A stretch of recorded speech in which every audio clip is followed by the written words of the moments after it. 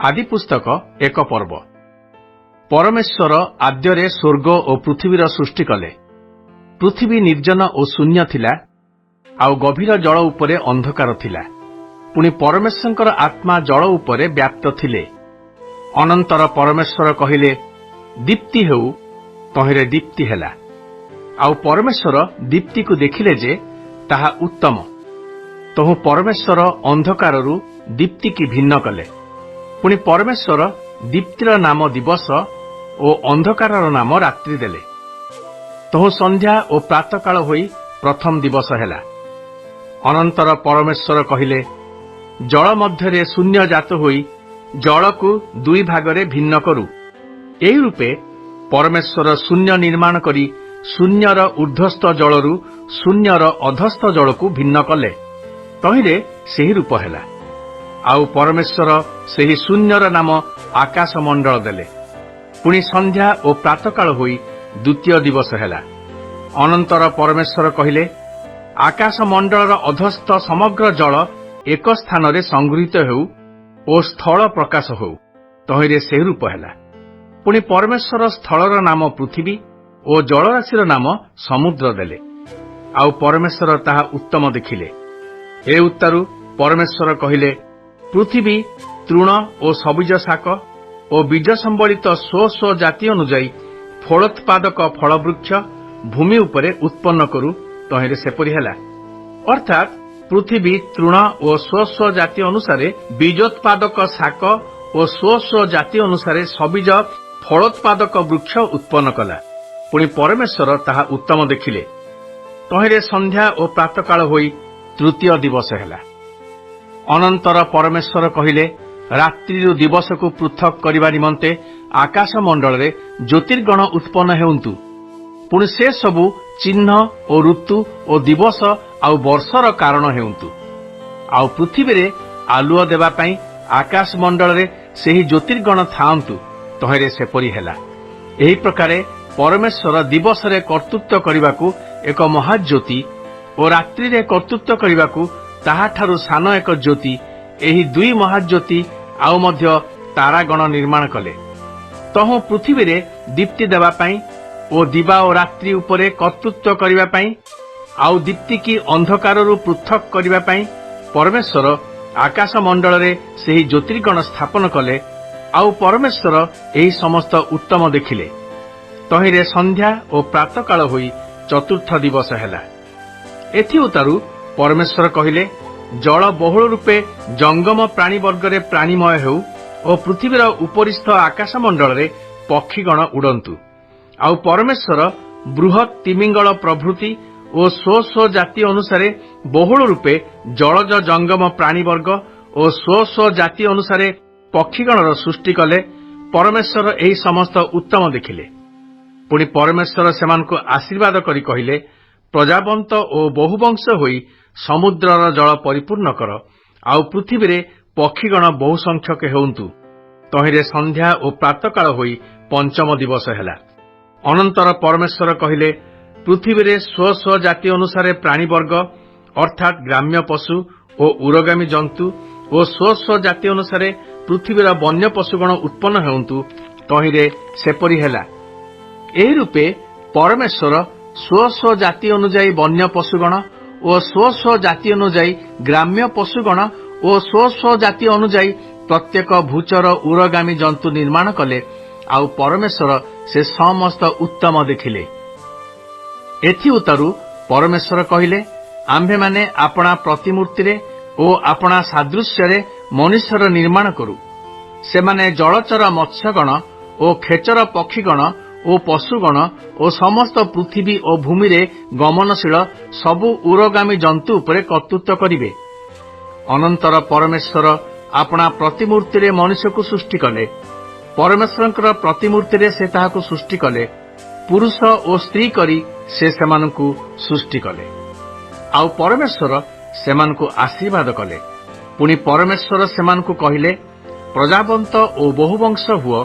पुणी पृथ्वी की परिपूर्ण करी बसीभूत कर। आउ जलचर मत्स्यगण और खेचर पक्षीगण और भूचर उरगामी जंतुगण उपरे कर्तृत्व कर। ପରମେଶ୍ୱର ଆହୁରି କହିଲେ, ଦେଖ, ଆମ୍ଭେ ଭୂମିସ୍ଥ ସବୁ ସବୁଜ ଶାକ ଓ ସବୁ ସବୁଜ ଫଳଦାୟକ ବୃକ୍ଷ ତୁମ୍ଭମାନଙ୍କୁ ଦେଲୁ, ତାହା ତୁମ୍ଭମାନଙ୍କର ଖାଦ୍ୟ ହେବ। ପୁଣି ପୃଥିବୀସ୍ଥ ସମସ୍ତ ପଶୁ ଓ ଖେଚର ପକ୍ଷୀ ଓ ଭୂଚର ଉରଗାମୀ ଜନ୍ତୁ, ଏହି ସମସ୍ତ ପ୍ରାଣୀଙ୍କର ଭକ୍ଷ ନିମନ୍ତେ ଆମ୍ଭେ ସବୁ ହରିତ୍ ଶାକ ଦେଲୁ। ତହିଁରେ ସେପରି ହେଲା। ପରମେଶ୍ୱର ଆପଣା ନିର୍ମିତ ପ୍ରତ୍ୟେକ ବସ୍ତୁ ପ୍ରତି ଦୃଷ୍ଟି କଲେ, ଆଉ ଦେଖ, ସମସ୍ତ ଅତ୍ୟୁତ୍ତମ। ତହିଁରେ ସନ୍ଧ୍ୟା ଓ ପ୍ରାତଃକାଳ ହୋଇ ଷଷ୍ଠ ଦିବସ ହେଲା। ଆଦି ପୁସ୍ତକ 2 ପର୍ବ। ଏହି ରୂପେ ଆକାଶମଣ୍ଡଳର ଓ ପୃଥିବୀର ପୁଣି ସେହି 2ରେ ସ୍ଥିତ ସମସ୍ତ ବସ୍ତୁର ସୃଷ୍ଟି ସମାପ୍ତ ହେଲା। ପରମେଶ୍ୱର ସପ୍ତମ ଦିନରେ ଆପଣାର କାର୍ଯ୍ୟ ସମାପ୍ତ କରି ସେହି ସପ୍ତମ ଦିନରେ ଆପଣାର କୃତ ସମସ୍ତ କାର୍ଯ୍ୟରୁ ବିଶ୍ରାମ କଲେ। ପୁଣି ପରମେଶ୍ୱର ସପ୍ତମ ଦିନକୁ ଆଶୀର୍ବାଦ କରି ପବିତ୍ର କଲେ, ଯେହେତୁ ସେହି ଦିନରେ ପରମେଶ୍ୱର ସୃଷ୍ଟିକରଣ ରୂପ ଆପଣାର କୃତ ସମସ୍ତ କାର୍ଯ୍ୟରୁ ବିଶ୍ରାମ କଲେ। ସୃଷ୍ଟି କାଳରେ ଆକାଶମଣ୍ଡଳ ଓ ପୃଥିବୀର ବିବରଣ ଏହି। ଯେଉଁ ସମୟରେ ସଦାପ୍ରଭୁ ପରମେଶ୍ୱର ଆକାଶମଣ୍ଡଳ ଓ ପୃଥିବୀ ନିର୍ମାଣ କଲେ, ସେ ସମୟରେ କ୍ଷେତ୍ରରେ କୌଣସି ତୃଣ ନଥିଲା ଓ ଭୂମିରେ କୌଣସି ଶାକ ନଥିଲା, ଯେହେତୁ ସଦାପ୍ରଭୁ ପରମେଶ୍ୱର ପୃଥିବୀରେ ବୃଷ୍ଟି କରାଇ ନଥିଲେ, ଆଉ କୃଷିକର୍ମ କରିବାକୁ ମନୁଷ୍ୟ ହିଁ ନଥିଲା। ପୁଣି ପୃଥିବୀରୁ ଏକ କୁହୁଡ଼ି ଉଠି ସମସ୍ତ ଭୂମିରେ ଜଳ ସିଞ୍ଚିଲା। ଅନନ୍ତର ସଦାପ୍ରଭୁ ପରମେଶ୍ୱର ଭୂମିର ଧୂଳି ଦ୍ୱାରା ମନୁଷ୍ୟକୁ ନିର୍ମାଣ କରି ତାହାର ନାସିକା ରନ୍ଧ୍ରରେ ଫୁଙ୍କ ଦେଇ ପ୍ରାଣବାୟୁ ପ୍ରବେଶ କରାଇଲେ। ତହିଁର ମନୁଷ୍ୟ ଜୀବିତ ପ୍ରାଣୀ ହେଲା। ଆଉ ସଦାପ୍ରଭୁ ପରମେଶ୍ୱର ପୂର୍ବ ଦିଗସ୍ଥ ଏଦନରେ ଏକ ଉଦ୍ୟାନ ପ୍ରସ୍ତୁତ କରି ସେଠାରେ ସ୍ୱନିର୍ମିତ ମନୁଷ୍ୟକୁ ରଖିଲେ। ସଦାପ୍ରଭୁ ପରମେଶ୍ୱର ସେହି ଭୂମିରୁ ନାନା ଜାତୀୟ ସୁଦୃଶ୍ୟ ଓ ସୁଖାଦ୍ୟ ବୃକ୍ଷ, ପୁଣି ସେହି ଉଦ୍ୟାନର ମଧ୍ୟସ୍ଥାନରେ ଅମୃତ ବୃକ୍ଷ ଓ ସଦାସତ୍ ଜ୍ଞାନଦାୟକ ବୃକ୍ଷ ଉତ୍ପନ୍ନ କଲେ। ଉଦ୍ୟାନରେ ଜଳସେଚନାର୍ଥେ ଏଦନରୁ ଗୋଟିଏ ନଦୀ ନିର୍ଗତ ହୋଇ ସେହି ସ୍ଥାନରୁ ଭିନ୍ନ ଭିନ୍ନ 4 ଧାର ହେଲା। ପ୍ରଥମ ନଦୀର ନାମ ପିସୋନ। ତାହା ସ୍ୱର୍ଣ୍ଣୋତ୍ପାଦକ ହବିଲା ଦେଶ ସମୂହକୁ ବେଷ୍ଟନ କରେ। ସେହି ଦେଶର ସୁବର୍ଣ୍ଣ, ପୁଣି ସେଠାରେ ମୁକ୍ତା ଓ ଗୋମେଦକ ମଣି ଜନ୍ମଇ। ତୃତୀୟ ନଦୀର ନାମ ଗିହୋନ। ଏହା ସମସ୍ତ କୁଶ ଦେଶ ବେଷ୍ଟନ କରେ। ତୃତୀୟ ନଦୀର ନାମ ହିଦେକଲ। ଏହା ଅସୁରୀୟ ଦେଶର ସମ୍ମୁଖ ଦେଇ ଗମନ କରେ। ଚତୁର୍ଥ ନଦୀର ନାମ ଫରାତ। ପୁଣି ସଦାପ୍ରଭୁ ପରମେଶ୍ୱର ସେହି ମନୁଷ୍ୟକୁ ନେଇ ଏଦନ ଉଦ୍ୟାନକୁ ସୁସଜ୍ଜିତ ଓ ରକ୍ଷା କରିବା ପାଇଁ ନିଯୁକ୍ତ କଲେ। ସଦାପ୍ରଭୁ ପରମେଶ୍ୱର ସେହି ମନୁଷ୍ୟକୁ ଆଜ୍ଞା ଦେଇ କହିଲେ, ତୁମ୍ଭେ ଉଦ୍ୟାନର ସମସ୍ତ ବୃକ୍ଷ ଫଳ ସ୍ୱଚ୍ଛନ୍ଦରେ ଭୋଜନ କରିପାର, ମାତ୍ର ସଦାସତ୍ ଜ୍ଞାନଦାୟକ ବୃକ୍ଷର ଫଳ ଭୋଜନ କରିବ ନାହିଁ, ଯେହେତୁ ଯେଉଁଦିନ ତାହା ଖାଇବ ସେହିଦିନ ନିତାନ୍ତ ମରିବ। ଅନନ୍ତର ସଦାପ୍ରଭୁ ପରମେଶ୍ୱର କହିଲେ, ମନୁଷ୍ୟ ଏକାକୀ ଥିବା ଭଲ ନୁହେଁ। ଆମ୍ଭେ ତାହା ନିମନ୍ତେ ତାହାର ଅନୁରୂପ ସହକାରିଣୀ ନିର୍ମାଣ କରିବା। ଆଉ ସଦାପ୍ରଭୁ ପରମେଶ୍ୱର ଭୂମିରୁ ବିଲର ପଶୁଗଣ ଓ ଖେଚର ପକ୍ଷୀଗଣ ନିର୍ମାଣ କରି ଆଦମ ସେମାନଙ୍କୁ କି ନାମ ଦେବେ ଏହା ଜାଣିବା ପାଇଁ ସମସ୍ତଙ୍କୁ ତାଙ୍କ ନିକଟକୁ ଆଣିଲେ। ତହିଁରେ ଆଦମ ସେହି ପ୍ରାଣୀବର୍ଗ ମଧ୍ୟରୁ ଯାହାକୁ ଯେଉଁ ନାମ ଦେଲେ ତାହାର ସେହି ନାମ ହେଲା। ଏହି ରୂପେ ଆଦମ ପଶୁ, ଖେଚର ପକ୍ଷୀ ଓ ବିଲର ପ୍ରତ୍ୟେକ ଜନ୍ତୁର ନାମ ଦେଲେ, ମାତ୍ର ମନୁଷ୍ୟ ନିମନ୍ତେ ତାଙ୍କର ଅନୁରୂପ ସହକାରିଣୀ ଦେଖାଗଲା ନାହିଁ। ଅନନ୍ତର ସଦାପ୍ରଭୁ ପରମେଶ୍ୱର ଆଦମଙ୍କୁ ଘୋର ନିଦ୍ରାଗ୍ରସ୍ତ କରାଇ ସେହି ନିଦ୍ରା ସମୟରେ ତାଙ୍କର ଖଣ୍ଡେ ପଞ୍ଜର ନେଇ ମାଂସ ଦ୍ୱାରା ସେହି ସ୍ଥାନ ପୂର୍ଣ୍ଣ କଲେ। ଆଉ ସଦାପ୍ରଭୁ ପରମେଶ୍ୱର ଆଦମଙ୍କଠାରୁ ଯେଉଁ ପଞ୍ଜର ଖଣ୍ଡିକ ନେଲେ, ତଦ୍ୱାରା ଏକ ସ୍ତ୍ରୀ ନିର୍ମାଣ କରି ଆଦମଙ୍କ ନିକଟକୁ ଆଣିଲେ। ତହୁଁ ଆଦମ କହିଲେ, ଏଥର ହେଲା, ଏ ମୋହର ଅସ୍ଥିର ଅସ୍ଥି ଓ ମାଂସର ମାଂସ, ଏହାର ନାମ ନାରୀ, ଯେହେତୁ ଏ ନରଠାରୁ ନିତା ହୋଇଅଛି। ଏ ନିମନ୍ତେ ମନୁଷ୍ୟ ଆପଣା ପିତାମାତାଙ୍କୁ ଛାଡ଼ି ଆପଣା ଭାର୍ଯ୍ୟାଠାରେ ଆସକ୍ତ ହେବ, ଆଉ ସେମାନେ ଏକାଙ୍ଗ ହେବେ। ଆଦମ ଓ ତାଙ୍କର ଭାର୍ଯ୍ୟା ଦୁହେଁ ଉଲଙ୍ଗ ଥିଲେ ହେଁ ସେମାନଙ୍କର ଲଜ୍ଜାବୋଧ ନଥିଲା। ଆଦି ପୁସ୍ତକ 3 ପର୍ବ। ସଦାପ୍ରଭୁ ପରମେଶ୍ୱରଙ୍କର ନିର୍ମିତ ଭୂଚର ପଶୁମାନଙ୍କ ମଧ୍ୟରେ ସର୍ପ ସର୍ବାପେକ୍ଷା ଖଳ ଥିଲା। ସେ ନାରୀଙ୍କି କହିଲା, ଆଗୋ ଏ କି ସତ୍ୟ, ଉଦ୍ୟାନର କୌଣସି ବୃକ୍ଷର ଫଳ ଖାଇବାକୁ ପରମେଶ୍ୱର ତୁମ୍ଭମାନଙ୍କୁ ନିଷେଧ କରିଅଛନ୍ତି? ନାରୀ ସର୍ପକୁ କହିଲେ, ଆମ୍ଭେମାନେ ଉଦ୍ୟାନର ସମସ୍ତ ବୃକ୍ଷର ଫଳ ଖାଇପାରୁ, କେବଳ ଉଦ୍ୟାନର ମଧ୍ୟସ୍ଥିତ ବୃକ୍ଷର ଫଳ ବିଷୟରେ ପରମେଶ୍ୱର କହିଅଛନ୍ତି, ତୁମ୍ଭେମାନେ ତାହା ଖାଇବ ନାହିଁ ଓ ଛୁଇଁବ ନାହିଁ, ତାହା କଲେ ମରିବ।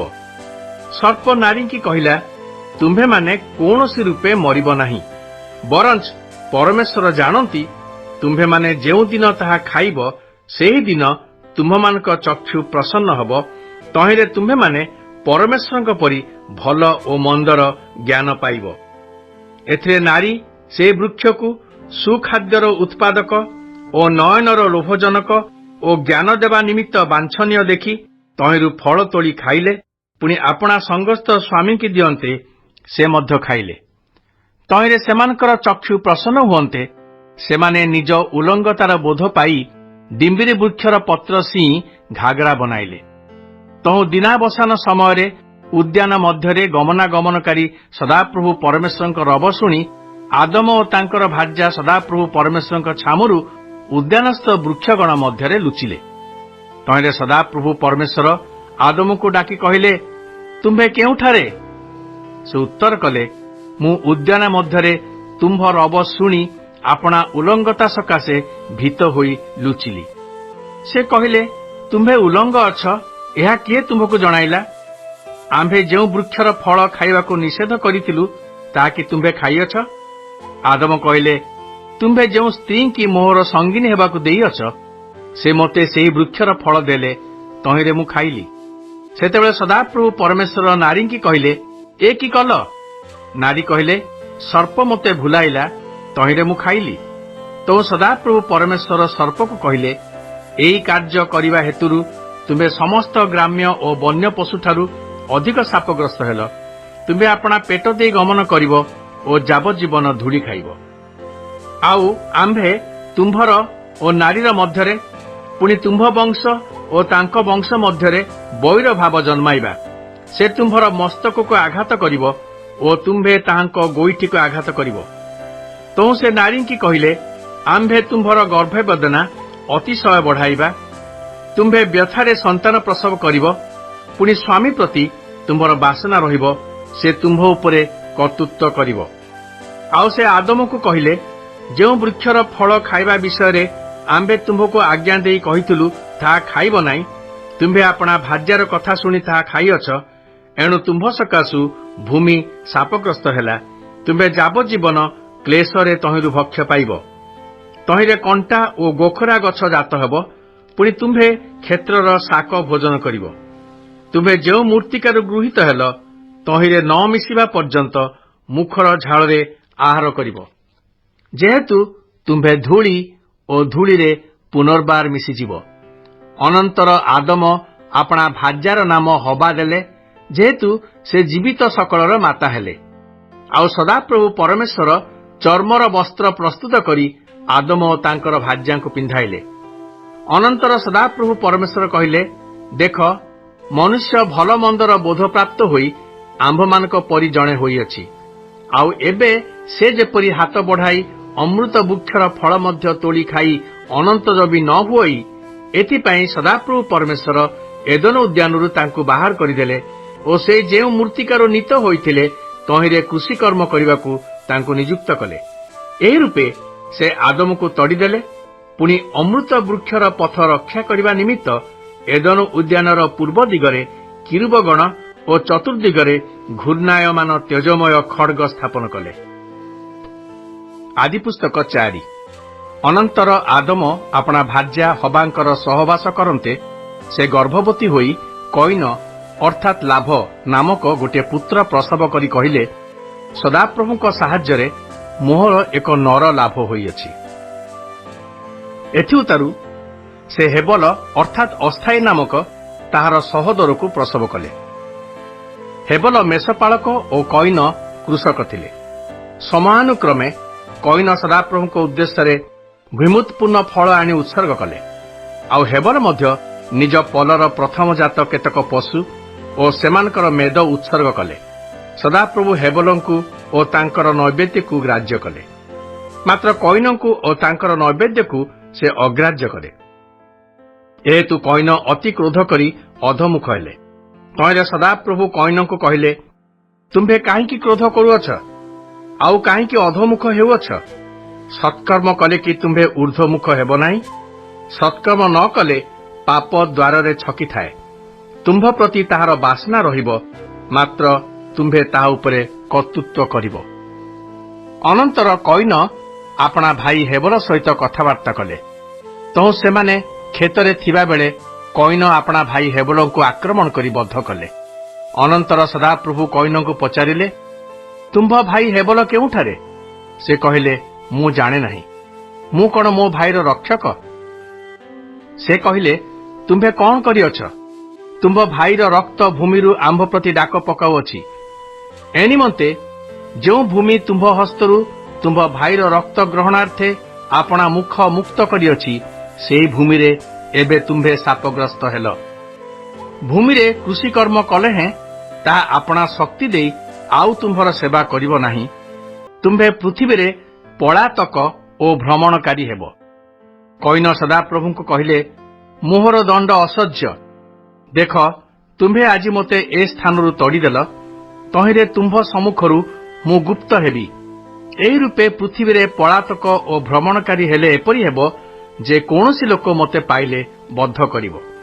ଆଉ ସଦାପ୍ରଭୁ ତାଙ୍କୁ କହିଲେ, ଏହେତୁ କେହି କଇନକୁ ବଦ୍ଧ କଲେ ତାହାର 7 ଗୁଣ ଦଣ୍ଡ ହେବ। ପୁଣି କେହି ତାଙ୍କୁ ଦେଖି ଯେପରି ବଦ୍ଧ ନ କରଇ, ଏଥିପାଇଁ ସଦାପ୍ରଭୁ କଇନଙ୍କ ନିମନ୍ତେ ଏକ ଚିହ୍ନ ନିରୂପଣ କଲେ। ଅନନ୍ତର କଇନ ସଦାପ୍ରଭୁଙ୍କ ସମ୍ମୁଖରୁ ପ୍ରସ୍ଥାନ କରି ଏଦନର ପୂର୍ବ ଦିଗସ୍ଥ ନୋଦ ନାମକ ଦେଶରେ ବାସ କଲେ। ଆଉ କଇନ ଆପଣା ଭାର୍ଯ୍ୟାର ସହବାସ କରନ୍ତେ ସେ ଗର୍ଭବତୀ ହୋଇ ହନକକୁ ପ୍ରସବ କଲେ। ପୁଣି ସେ ଏକ ନଗର ନିର୍ମାଣ କରି ଆପଣା ପୁତ୍ରର ନାମାନୁସାରେ ତହିଁର ନାମ ହନକ ଦେଲେ। ସେହି ହନକର ପୁତ୍ର ଇରଦ ଓ ଇରଦର ପୁତ୍ର ମହୁଆଇଏଲ ଓ ମହୁଆଇଏଲର ପୁତ୍ର ମଥୁସାଏଲ ଓ ମଥୁସାଏଲର ପୁତ୍ର ଲେମକ। ଏହି ଲେମକ 2 ସ୍ତ୍ରୀ ବିବାହ କଲେ। ଏକର ନାମ ଆଦା ଓ ଅନ୍ୟର ନାମ ଶିଲା ଥିଲା। ଆଦାର ଗର୍ଭରେ ଜାବଳ ଜନ୍ମିଲା। ସେ ତମ୍ବୁ ନିବାସୀ ପଶୁପାଳକମାନଙ୍କର ଆଦି ପୁରୁଷ ଥିଲା। ତାହାର ଭାଇର ନାମ ଯୁବଳ। ସେ ବୀଣା ଓ ବଂଶୀବାଦକମାନଙ୍କର ଆଦି ପୁରୁଷ ଥିଲା। ଶିଲାର ଗର୍ଭରେ ତୁବଲ କଇନ ଜନ୍ମିଲା। ସେ ପିତ୍ତଳ ଓ ଲୌହର ନାନା ପ୍ରକାର ଅସ୍ତ୍ର ନିର୍ମାଣକାରୀ ଥିଲା। ତୁବଲ କଇନର ନୟମା ନାମ୍ନୀ ଏକ ଭଗ୍ନୀ ଥିଲା। ଅନନ୍ତର ଲେମକ ଆପଣା ଭାର୍ଯ୍ୟାମାନଙ୍କୁ କହିଲେ, ଆଗୋ ଆଦା ଓ ଶିଲା, ମୋ କଥା ଶୁଣ। ଆଗୋ ଲେମକର ଭାର୍ଯ୍ୟାଗଣ, ତୁମ୍ଭେମାନେ ମୋ ବାକ୍ୟରେ କର୍ଣ୍ଣପାତ କର। ମୁଁ ଆଘାତର ପରିଶୋଧରେ ଜଣେ ମନୁଷ୍ୟକୁ ଓ ପ୍ରହାରର ପରିଶୋଧରେ ଜଣେ ଯୁବାକୁ ବଧ କରିଅଛି। ଯେବେ କଇନର ବଧର ପ୍ରତିଫଳ 7 ଗୁଣ ହୁଏ, ତେବେ ଲେମକର ପ୍ରତିଫଳ 77 ଗୁଣ ନିଶ୍ଚୟ ହେବ। ଏଥିଉତାରୁ ଆଦମ ପୁନଶ୍ଚ ଆପଣା ଭାର୍ଯ୍ୟାଙ୍କର ସହବାସ କରନ୍ତେ ସେ ଏକ ପୁତ୍ର ପ୍ରସବ କରି ତାହାର ନାମ ସେଥ ଅର୍ଥାତ୍ ପ୍ରତିନିଧି ଦେଲେ। ଯେହେତୁ ସେ କହିଲେ, ପରମେଶ୍ୱର ହେବଲର ପ୍ରତିନିଧି ରୂପେ ଆଉ ଗୋଟିଏ ପୁତ୍ର ମୋତେ ଦେଇଅଛନ୍ତି, କାରଣ କଇନ ତାଙ୍କୁ ବଦ୍ଧ କରିଥିଲେ। ତହୁଁ ସେଥର ମଧ୍ୟ ଏକ ପୁତ୍ର ଜନ୍ମିଲା, ଆଉ ସେ ତାହାର ନାମ ଇନୋସ ଦେଲା। ଏହି ସମୟରେ ମନୁଷ୍ୟମାନେ ସଦାପ୍ରଭୁଙ୍କ ନାମରେ ପ୍ରାର୍ଥନା କରିବାକୁ ଲାଗିଲେ। ଆଦି ପୁସ୍ତକ 5 ପର୍ବ। ଆଦମଙ୍କର ବଂଶାବଳୀର ବୃତ୍ତାନ୍ତ ଏହି। ଯେଉଁଦିନ ପରମେଶ୍ୱର ମନୁଷ୍ୟକୁ ସୃଷ୍ଟି କଲେ, ସେହିଦିନ ପରମେଶ୍ୱରଙ୍କ ସାଦୃଶ୍ୟରେ ସେ ତାଙ୍କୁ ନିର୍ମାଣ କଲେ। ପୁରୁଷ ଓ ସ୍ତ୍ରୀ କରି ସେ ସେମାନଙ୍କୁ ସୃଷ୍ଟି କଲେ। ଆଉ ସେମାନେ ସୃଷ୍ଟି ହେବା ଦିନ ସେମାନଙ୍କୁ ଆଶୀର୍ବାଦ କରି ଆଦମ ଅର୍ଥାତ୍ ମନୁଷ୍ୟ ନାମ ଦେଲେ। ଆଦମ 130 ବର୍ଷ ବୟସରେ ଆପଣା ସାଦୃଶ୍ୟ ଓ ପ୍ରତିମୂର୍ତ୍ତିରେ ଏକ ପୁତ୍ର ଜାତ କରି ତାହାର ନାମ ସେଥ ଦେଲେ। ସେଥର ଜନ୍ମ ଉତ୍ତାରେ ଆଦମ 800 ବର୍ଷ ବଞ୍ଚି ଆହୁରି ପୁତ୍ର କନ୍ୟାମାନଙ୍କୁ ଜାତ କଲେ। ଆଦମଙ୍କର ବୟସ ସର୍ବସୁଦ୍ଧା 930 ବର୍ଷ ଥିଲା, ତହୁଁ ସେ ମଲେ। ସେଥ 105 ବର୍ଷ ବୟସରେ ଇନୋସକୁ ଜାତ କଲା। ଇନୋସର ଜନ୍ମ ଉତ୍ତାରେ ସେଥ 807 ବର୍ଷ ବଞ୍ଚି ଆହୁରି ପୁତ୍ର କନ୍ୟାମାନଙ୍କୁ ଜାତ କଲା। ସେଥର ବୟସ ସର୍ବସୁଦ୍ଧା 912 ବର୍ଷ ଥିଲା, ତହୁଁ ସେ ମଲା। ଇନୋସ 90 ବର୍ଷ ବୟସରେ କଇନାନକୁ ଜାତ କଲା। ପୁଣି କଇନାନର ଜନ୍ମ ଉତ୍ତାରେ ସେ 815 ବର୍ଷ ବଞ୍ଚି ଆହୁରି ପୁତ୍ର କନ୍ୟାମାନଙ୍କୁ ଜାତ କଲା। ଇନୋସର ବୟସ ସର୍ବସୁଦ୍ଧା 905 ବର୍ଷ ଥିଲା, ତହୁଁ ସେ ମଲା। କଇନାନ 70 ବର୍ଷ ବୟସରେ ମହଲଲେଲକୁ ଜାତ କଲା। ମହଲଲେଲ ଜନ୍ମିଲା ଉତ୍ତାରେ ସେ 840 ବର୍ଷ ବଞ୍ଚି ଆଉ ପୁତ୍ର କନ୍ୟାମାନଙ୍କୁ ଜାତ କଲା। ଆଉ କଇନାନର ବୟସ ସର୍ବସୁଦ୍ଧା 910 ବର୍ଷ ଥିଲା, ତହୁଁ ସେ ମଲା। ମହଲଲେଲ 65 ବର୍ଷ ବୟସରେ ୟେରଦକୁ ଜାତ କଲା। ୟେରଦ ଜନ୍ମିଲା ଉତ୍ତାରେ ସେ 830 ବର୍ଷ ବଞ୍ଚି ଆହୁରି ପୁତ୍ର କନ୍ୟାମାନଙ୍କୁ ଜାତ କଲା। ମହଲଲେଲର ବୟସ ସର୍ବସୁଦ୍ଧା 895 ବର୍ଷ ଥିଲା, ତହୁଁ ସେ ମଲା। ଜେରଦ 162 ବର୍ଷ ବୟସରେ ହନକଙ୍କୁ ଜାତ କଲା। ହନକଙ୍କର ଜନ୍ମ ଉତ୍ତାରେ ସେ 800 ବର୍ଷ ବଞ୍ଚି ଆହୁରି ପୁତ୍ର କନ୍ୟାମାନଙ୍କୁ ଜାତ କଲା। ଜେରଦର ବୟସ ସର୍ବସୁଦ୍ଧା 962 ବର୍ଷ ଥିଲା, ତହୁଁ ସେ ମଲା। ହନକ 65 ବର୍ଷ ବୟସରେ ମଥୁସେଲହକୁ ଜାତ କଲେ। ମଥୁସେଲହର ଜନ୍ମ ଉତ୍ତାରେ ହନକ 300 ବର୍ଷ ପର୍ଯ୍ୟନ୍ତ ପରମେଶ୍ୱରଙ୍କ ସହିତ ଗମନାଗମନ କଲେ। ପୁଣି ସେ ଆହୁରି ପୁତ୍ର କନ୍ୟାମାନଙ୍କୁ ଜାତ କଲେ। ହନକଙ୍କର ବୟସ ସର୍ବସୁଦ୍ଧା 365 ବର୍ଷ ଥିଲା। ହନକ ପରମେଶ୍ୱରଙ୍କ ସହିତ ଗମନାଗମନ କଲେ, ଆଉ ସେ ଅନ୍ତରିତ ହେଲେ, ଯେହେତୁ ପରମେଶ୍ୱର ତାଙ୍କୁ ଗ୍ରହଣ କଲେ। ମଥୁସେଲହ 187 ବର୍ଷ ବୟସରେ ଲେମକକୁ ଜାତ କଲା। ଲେମକର ଜନ୍ମ ଉତ୍ତାରେ ମଥୁସେଲହ 782 ବର୍ଷ ବଞ୍ଚି ଆହୁରି ପୁତ୍ର କନ୍ୟାମାନଙ୍କୁ ଜାତ କଲା। ମଥୁସେଲହର ବୟସ ସର୍ବସୁଦ୍ଧା 969 ବର୍ଷ ଥିଲା, ତହୁଁ ସେ ମଲା। ଲେମକ 182 ବର୍ଷ ବୟସରେ ଏକ ପୁତ୍ର ଜାତ କରି ତାହାର ନାମ ନୋହ ଅର୍ଥାତ୍ ସାନ୍ତ୍ୱନା ଦେଲେ, ଯେହେତୁ ସେ କହିଲେ, ସଦାପ୍ରଭୁଙ୍କ ଦ୍ୱାରା ଅଭିଶପ୍ତ ଭୂମିରେ ଆମ୍ଭମାନଙ୍କର ଶ୍ରମ ଓ ହସ୍ତର କ୍ଲେଶ ବିଷୟରେ ଏ ଆମ୍ଭମାନଙ୍କର ସାନ୍ତ୍ୱନା ଜନ୍ମାଇବ। ନୋହଙ୍କର ଜନ୍ମ ଉତ୍ତାରେ ଲେମକ 595 ବର୍ଷ ବଞ୍ଚି ଆହୁରି ପୁତ୍ର କନ୍ୟାମାନଙ୍କୁ ଜାତ କଲେ। ତାଙ୍କର ବୟସ ସର୍ବସୁଦ୍ଧା 777 ବର୍ଷ ଥିଲା, ତହୁଁ ସେ ମଲେ। ଆଉ ନୋହଙ୍କୁ 500 ବର୍ଷ ବୟସ ହେଲା, ଆଉ ନୋହ ସେମ ଓ ହାମ ଓ ଜେଫତକୁ ଜାତ କଲେ। ଦିନ 1 ଆଦି ପୁସ୍ତକ 1 ପର୍ବଠାରୁ 5 ପର୍ବ।